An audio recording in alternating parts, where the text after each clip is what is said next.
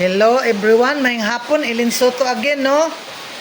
Mga igsoon, gusto kong mo-share sa inyo about sa kaluwasan. Pinaagi dire sa ato ang Biblia, mga igsoon. Tungod kay daghan kayo nga nagtuo nga ang kaluwasan nagbase sa maayong buhat.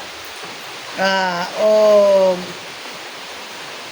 para nagtuo sila nga pinaagi sa mayong buhat ang tao maluwas, pero dili na, mga igsoon. Sukwahi na diri sa nahisulat, mga igsoon, tungod kay ang Ephesians chapter 2 verse 8 to 9, mga igsoon, nagaingon gyud, it is for by grace that you are saved through faith, and not of yourselves, lest anyone should boast.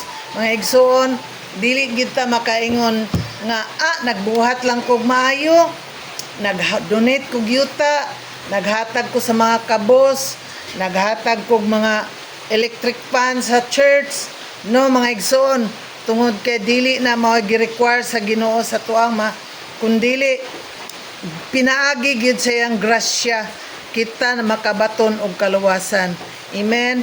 Kung nagtuo ata nga ang pulong sa Ginoo, so ato gining panindigan. Kung ang uban manggod, mga igsoon, kay wala mo tuo nga ang Biblia is the Word of God, tungod kay ang ingon nila binuhat lang daw na og sinulat lang na sa tao. Yes, mga igsoon, I tell you, tungod kay ang Biblia tinuod sinulat na og tao, pero giniyahan sa balaang Espiritu Santo. The Word of God is written, pero inspired by the Holy Ghost, inspired by the Holy Spirit. So, mga igsoon, wala tay kontra ni ana, tungod kay kung ikaw nagtuo nga ang pulong sa Ginoo, so maminaw ka karon kay dili ang kaluwasan, ang mayong buhat makaluwas sa tao, kung dili pinaagi gid sa iyang grasya o pinaagi sa pagtuo nimo diha kang Ginoong Hesus. Ephesians 2:8, I will repeat, mga igsoon, it is for by grace that you are saved through faith, and not of yourselves, lest anyone should boast. Pwede na nimo basahan, mga igsoon, sa diha sa imong Biblia. Ayaw pagpanuko og study sa imong Bible kay kana maunay nagdala og kamatuoran. The truth shall set you free, mga igsoon. So ana lang, di ayaw mo pagtuo nga pinaagi sa maing buhat, kay aron kami yun makapangambog mangug ka na, mga igsoon, nga nagbuhat lang kog matarong, wa ko na makak, wala ko nang patay og tao, wala ko nang hawat, so maluwas ka. No, mga igsoon, grasya ka na gikan sa Ginoo nga pinaagi sa grasya ug imong pagtuo nga si Hesus atong Dios, mahimong mamaluwas ka, mga igsoon. Ayaw gid in taon na nang mo donate lang ka kay makapanghambog manggug ka na, mga igsoon. Kung kana pod ang atong basihan, mga igsoon, walay pobre nga maluwas, tungod kay ang mga dato ray maka-afford og donate, ang mga dato ray makahatag og lote para tukuran og simbahan, makahatag og sa mga pobre, kay out of the abundance sa ilahang kaugalingon, mga igsoon.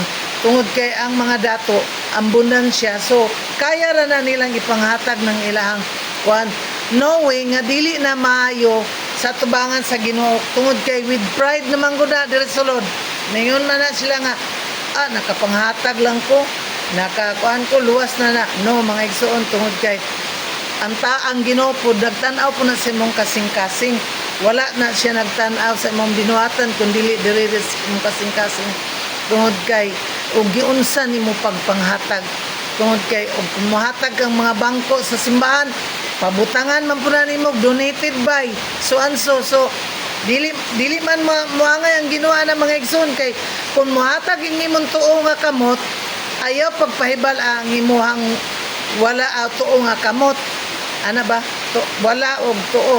So kinahanglan kung muhatag ka in a secret, dili nimo ipasigarbo nga nihatag ko kung so-and-so. Pareha ba ng politician, muhatag donor, mga ayuda, pero magpa-picture pa mga igsoon, dili na may gusto sa Ginoo mga igsoon, kundili you help in a secretly, and the Lord will bless you openly, will reward you openly. Anam lang mga igsoon. So ang kaluwasan mga igsoon, salvation dili na makamtan nimo pinaagi sa imong pagpanghatag o sa imong mga donation, kundili pinaagi gid diri mga igsoon.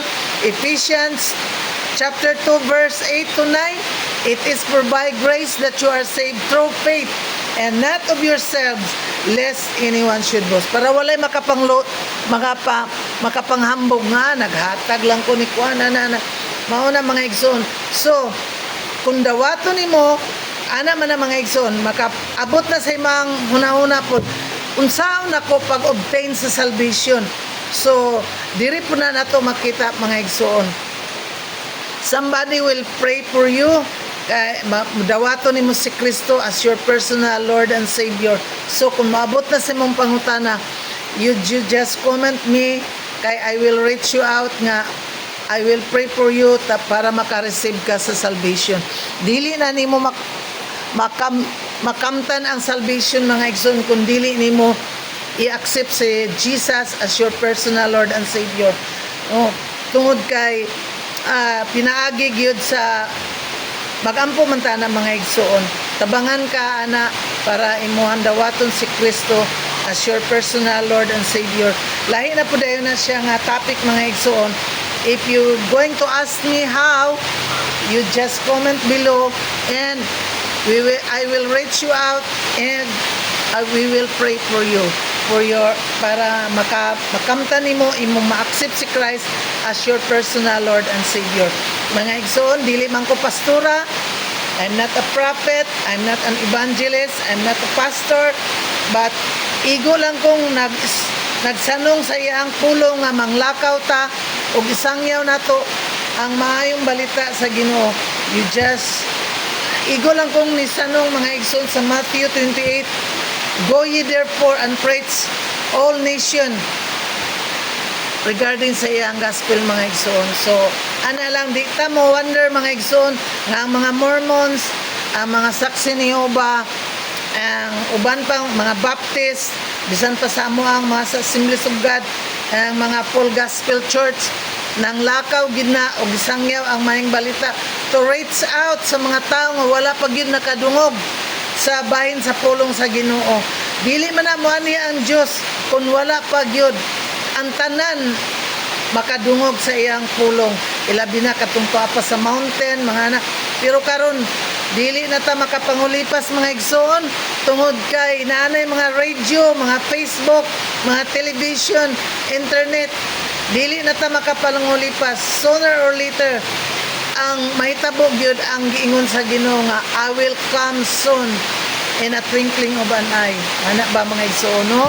So ana lang kung gusto mo nga mangutana how to accept Christ as your personal Lord and Savior, just reach me out and comment and how kay I will reach you out and pray for you. Amen. Dalaygon ng Diyos. And this is Ellen Soto again at your service.